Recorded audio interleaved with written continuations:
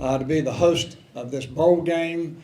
The host committee has done a fantastic job, trying to make sure that all of your needs are met. My understanding is that all of our bars and restaurants and hotels are full, and I hope that's all full with your fans, because I know that you're excited about what's going on. We're excited. In the city of Mobile, birthplace of Mardi Gras, we feel like we were born to celebrate. I know that half of y'all will be celebrating, after this bowl game, but while you're here, we hope that you really enjoy yourself, because the entire city and the community welcomes you, and we're excited to be able to host this. The other night I had an opportunity to give the two athletic directors the keys to the city. I gave that to them along with my cell phone number, and so I haven't heard from them, so I assume that they haven't gotten in trouble since they've been here. But in case y'all do, y'all know how to get in touch with me. Good luck to both teams, and we're delighted that you're here. Thank you very much. Thank you, Mayor. We are thrilled to have two first-timers in Mobile with us. Representing the Mid-America Conference is Eastern Michigan University. I know there's a lot of green and a lot of spirit going on in my hotel. I'm sharing my hotel with the Eastern Michigan Marching Band, so I'm already familiar with a whole bunch of green, and we're glad to have the Eagles in town. If you would, please welcome their Director of Athletics, Scott Weatherby. Scott. Great to have you here. Thank you, Mayor. Too, the key works everywhere. We don't have to call you. We can get in everywhere we want. But just wanted to congratulate Liberty on just a great season and having the matchup with them tomorrow. We're looking forward to it. Wanted to say thank you to LendingTree, obviously, for sponsoring the bowl. For the city of Mobile, it's been great. Our kids have had just a great time. All the feedback I'm getting has just been really great to see, and it's all about them having a great experience, and our coaches and families, and they've had that. A special thank you to Jerry and Sherry. They've been phenomenal to work with, and just really means a lot to be able to come down here on a quick notice. It was a quick turnaround, and we're just excited to kick off. So for me, it's just more about thank yous, and we're just excited to have the opportunity to compete here in Mobile and for the bowl game. And I'll let you turn it over to our head coach, because that's who you really come to talk to. So thank you again, and appreciate all the support here in Mobile, and look forward to tomorrow. Thanks. Scott, thank you. Thank you. Thank you, Scott. Yeah, things have turned around in Ypsilanti, Michigan. The town's been turned into the factory now, thanks to the next gentleman you'll talk to. The head coach of the Eagles has turned that football program around. He's got them in Mobile here in the LendingTree Bowl. Please welcome the head coach of the Eagles of Eastern Michigan. Here's Chris Creighton. Chris? Appreciate it.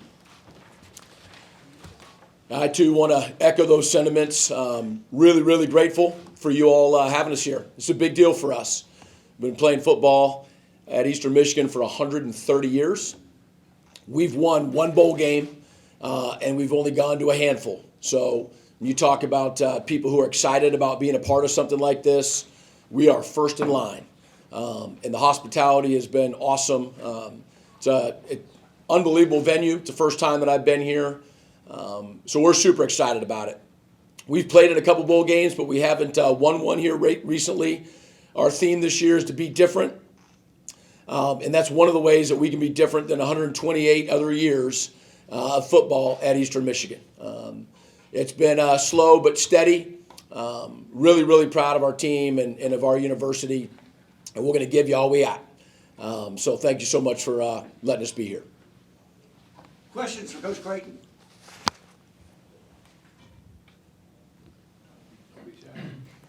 Somebody's got one. How do you defend Malik Willis?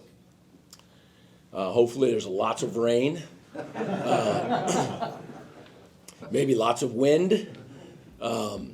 He's tried to get 12 players on the field a couple times.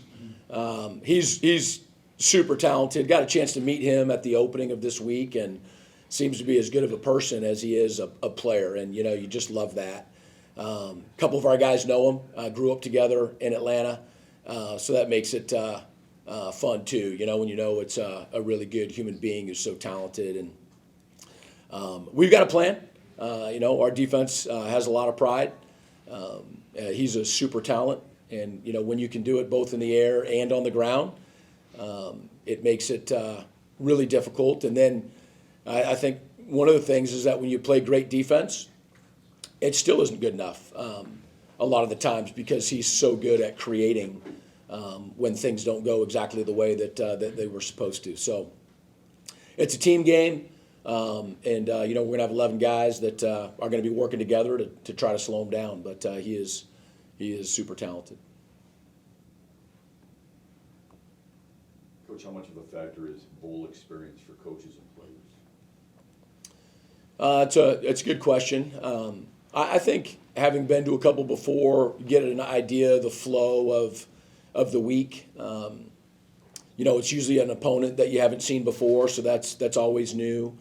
I can tell you that we are absolutely enjoying the awesome itinerary that's been put together. I think, though, having lost the games in the previous years, that our guys know that the focus of the week is playing great football on Saturday afternoon, and I think that comes from having played in a couple games. Coach, how's the health of the team? Overall health right now? Yeah, overall, I can say our injury report is back down to one page. It's not onto the back, so that's good. Sometimes I don't know if people realize, they're big rosters, but you have guys that have been out all year with surgeries and whatnot, and then guys who are out for months but come back and whatnot. So I think we're in good shape for this time of the year. But it's staggering, when you actually look at the injury report, how many guys, and you realize how many guys are out. What's your schedule, including Wisconsin, besides the MAC, but including Wisconsin? How's it help prepare you for postseason play? Yeah, the first 4 games, again, you're playing against people that you're not familiar with. That's exciting, but that also seems like a long time ago, to be honest with you. I think, we play good football in the MAC, and there is a variety. Some guys spread it out and throw it, and then, there's people who play with tight ends and try to run the ball, and there's different defenses. So I think maybe our schedule, and I'd say mostly playing the MAC, though, is that, you've got to come to play in our league. If you're not playing at a really high level, you're going to lose. And I don't think that's going to be any different in a bowl game, is that to give yourself a chance, you've really got to be clicking on all cylinders. Coach, your team is number 1 in the nation in fewest penalty yardage, fewest number of penalties. Can you speak to that level of dedication? And then is there an additional challenge of maybe keeping the players a little more focused when it's a bowl game and maybe their energy level's a little higher than maybe it would be with the national spotlight? Yeah, in terms of the penalties, that's something that we're proud of. There's a lot of factors, that go into that. I can tell you maybe 3 years ago, we were on the other end of that. And so we did try to do some simple things to focus in that way. But you just want to play the game the right way and play it really, really hard, and to be disciplined. And so I think we all try to do that. Some years it just goes better than others. And then in terms of the energy, I think it's a good thing, to be playing in a meaningful game and something that you're super excited about. It's always just got to be channeled and funneled in the right direction. And again, I think that, my philosophy is let's enjoy, this whole experience. And I likened it to a normal trip on the road. When we travel well, it's when everybody knows why we are going to wherever we're going, right? I mean, we flew out to California. We fly out to Florida. We go to the East Coast and go down to LSU and to venues, teams, states, parts of the country that maybe many of our guys have never been to before. I love that. I love that experience for them. But we travel well when they understand that all of this is happening because we're playing a football game, at the end of that. And so I think it's okay to see the sights and enjoy the moment if you don't get lost into why you're there. So that's how we've attacked this week, to say that, we want to play great football, on Saturday evening. And I think we have the maturity, to be honest with you, to be able to handle both. What's been the impact of getting Tanner Canoe back after he missed some time this year? Yeah, he missed forever. I mean, it's the second day of camp, and where he got his injury and came back for the Toledo game. And it just wasn't, couldn't have been soon enough. He is just so much fun to coach. Just an unbelievable human being. He's so driven, so selfless, and he's really talented. He's really talented. He ended up walking onto the team. He was a really good basketball player and fell in love with football late. And we said, we just thought this could end up being a really good thing, right, when he gets this game figured out. And so he's obviously had a huge impact. He's had a handful of catches in each of the games that he's been back. And, the three amigos, I call them, with, Dylan Drummond and Hassan Beydoun and Tanner Canoe. We're better when we've got all three of those guys. Has there been a chemistry developed pretty quick between Bryant and Canoe since he got back out there? Yeah, and fortunately Ben joined us last January, so there's a lot of balls have been thrown, for now coming up on a year, so yeah, I don't think those guys have had any issue with connecting. Yeah. Coach, talk about Thomas Overcoy, what he's meant to your team, especially this year with his senior leadership. Yeah, it's hard to. I've been coaching for 31 years. I've been a college head coach for 25 years, and so anytime you say like he's the best leader ever, I can't say that because I can't remember 25 years ago. But he is such a phenomenal, person and leader. He is our 2-time Torchbearer award winner, which goes to the best and the strongest leader in our program, voted on by all of our players and all of our coaches. We talk about that award in terms of somebody that you'd follow on or off the field, like anywhere, anytime, in any situation. Nobody's perfect, but the guys believe in him. I believe in him, and I think he's going to have an unbelievable future. We had a couple practices when we were on the road recruiting the last couple weeks, and just challenged our seniors to say, why would there be any drop off? Are you playing because coaches are telling you what to do, or because you love this game and you're driven to be the best and you want this so badly? And they had a couple great practices without coaches being there. And he's the tip of the spear in terms of the leadership on our football team. For those who don't know the MAC or Eastern Michigan, how would you describe your team? Well, it's probably better for other people to describe us, but I have a very biased view. I think we have a bunch of guys from all over who love football. And who honestly, love each other. And I think that we all have come to Eastern Michigan knowing that we have not been on top for a long time, or maybe forever, other than 1987. And we want to be a part of taking the program to where it's never been before. We all want to be a part of doing something that almost everybody said couldn't be done. And so I think that when people use the word toughness and whatnot, I think our toughness is probably mental. I think that our guys have a deep-seated resolve that is able to withstand almost everything. And that's how I would describe our team. Is there any concern your pass protection heading into this game after Ben took 7 sacks in Central Michigan, and I think it's 20 or close to 20 in the last 4 games? Yeah, absolutely. We've got areas just throughout the season, that we've had to improve, and so we've had parts of our game on all 3 sides of the ball that we had to address and get better. We've done that. In terms of keeping Ben upright, when you really study it, and most things in football are this, but it's shared responsibility. And I think he'd tell you it starts with him, and just in terms of getting rid of the ball or using his feet to buy some more time, and then it could be a back.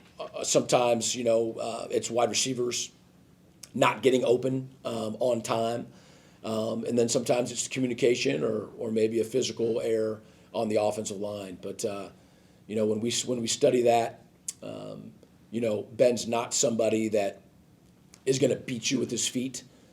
He can keep you honest for sure. So there's been a couple games where people have gotten to us, no question. And so we're well aware of that and going to do everything we can to protect him. Time for one more. You win. All good. Coach Creighton, thank you, sir. All right, appreciate it. Thank you. All right. Coach Chris Creighton. The opponent for his Eagles tomorrow night, the Liberty Flames, one of the fastest growing athletic programs in the country, and really proud to have them in Mobile. They've done their success through the leadership of their Director of Athletics, Ian McCaw, who's here. Ian, if you would. Welcome to Mobile, sir. Great to have you here. You bet.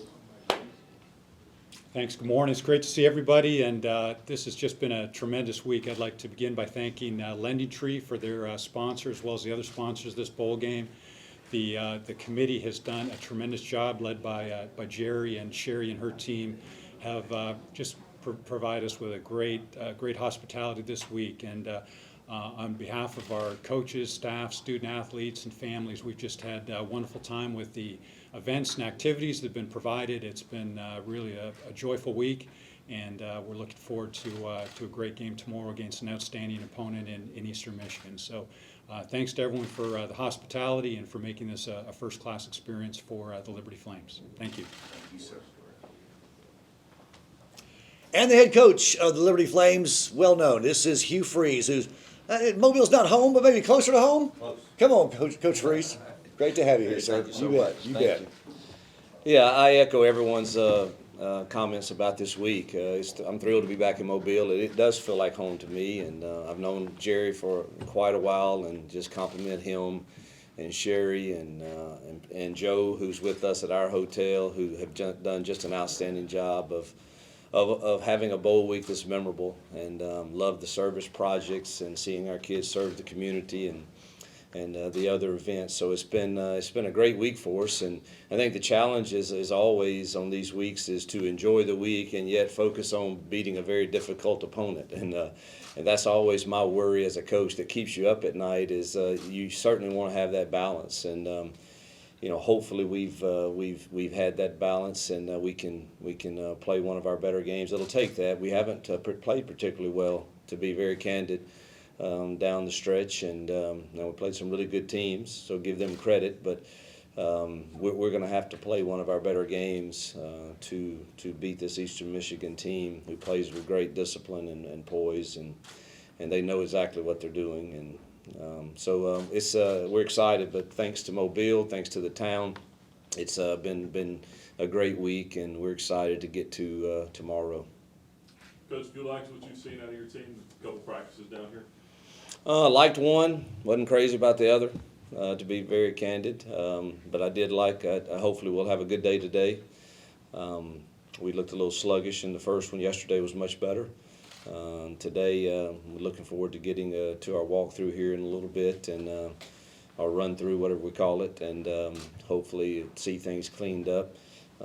So we had a great time at the hotel and our team meeting yesterday or last night, and letting our seniors share, the ones who have exhausted eligibility and are now moving on, and it was great to hear their memories of their time here at Liberty and the bowl games we've been able to be in, and the things that they'll remember 10, 15 years down the road that they'll be telling stories about. And certainly this week has provided some more of those memories, and as will the game. It'll tell a story, and we'll have to tell that story as we look ourselves in the mirror 10 to 15 years from now, and the man we've become. This will be part of it, and hopefully it's one that we can laugh and smile about, not one that we regret not giving our best. And so I'm confident our team has done that in bowl games prior to this year. So this is a different year, different team, different makeup, but I'm optimistic we'll play one of our better games tomorrow night. Coach, as you continue to build this Liberty program, what has Malik Willis meant to the program, both on and off the field? Yeah, that's almost impossible for me to quantify. I mean, his, obviously when we took him, wasn't sure what we were getting because he just had no significant snaps at all on the college level. I knew what he was in high school. I knew he could run around and make plays, and to be very candid, worst case, I thought he'd be a heck of a safety. If he didn't work out to be a quarterback. But we were optimistic that a lot of the credit, it goes to Malik and his work ethic, but truthfully, Ken Austin, our quarterback coach, is really the one who really worked with him on his fundamentals. And, I do the play calling, but I'm a big picture guy, and he has so many more strengths in the fundamental play of quarterback than I do, so they deserve a lot of credit. But as far as what he's meant, I mean, I would say that he has represented Liberty as well as any athlete I've ever coached at any school. The brand, who we want to be. I mean, it's always with Malik. He throws for 400 yards, 3 touchdowns, and rushes for another touchdown, and it's somebody else. It's the O-line, the receivers, the defense. And then we played terrible, and it's always him. It's my fault. I didn't get it done. So he has that quality of humility that is easy for a team to follow. And then he's on his social media platform. The foundation of Liberty is modeled by him consistently. None of us are perfect. Neither is he. But man, consistency is kind of what I see to hopefully be known for by the players that play for me, and I know without a doubt that Malik has shown consistent representation of Liberty and our football program as well as any player I've ever coached. And I think listen, in recruiting, you'd think we don't use that with the transfer portal or with high school guys. Look, Malik Willis doesn't get drafted if he stayed at his current school. We probably can really say that because he's not going to play. And, he got on the field here and now, looks to be one of the top draft picks at quarterback at his position. So I think he's really helped our program in many ways. Coach, does it concern you that you gave up 50 sacks this year, facing 2 really quality rush ends at Ramirez and Rush?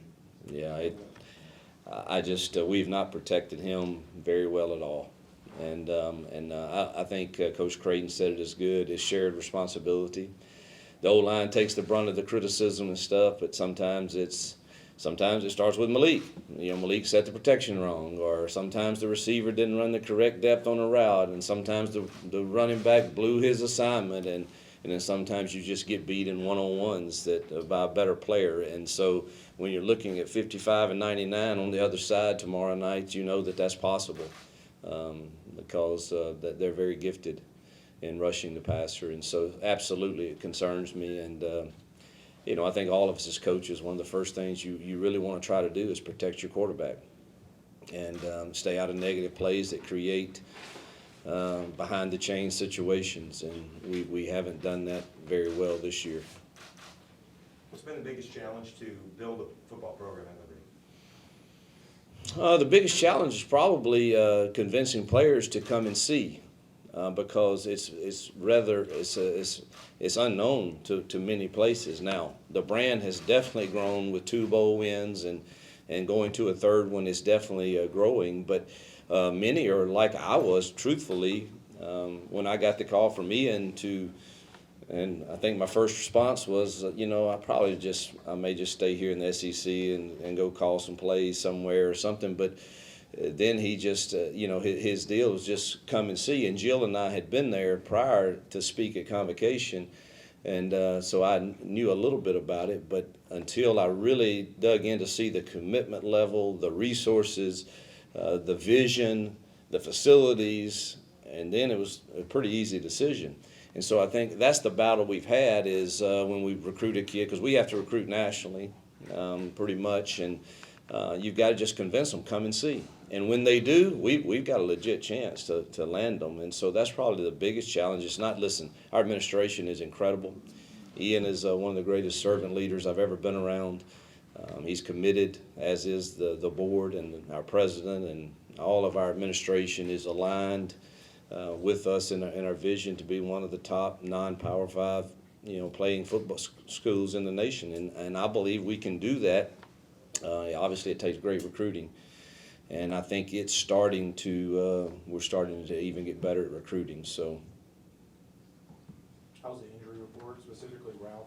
yeah, man, it just makes you sick when you talk about injuries, particularly with a kid that's just been such a stud for us as Ralph has, and comes from overseas and learns to speak English, and goes through his time here, gets his Master's Plus degree, and loves this team. And it's just, it doesn't look good that he'll be able to play. So that's I just hate that for him.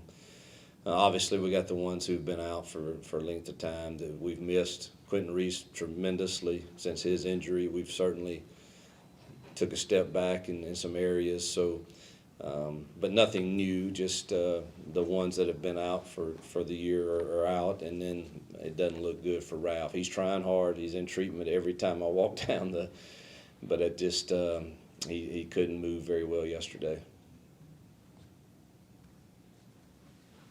Anyone else? Coach Reese, thank you, sir. Thank you. Yeah. Coach, if we could get you and Coach Creighton Yes. up here with the helmets and the trophies, There you we'll have go. some photo ops for There you go. everybody.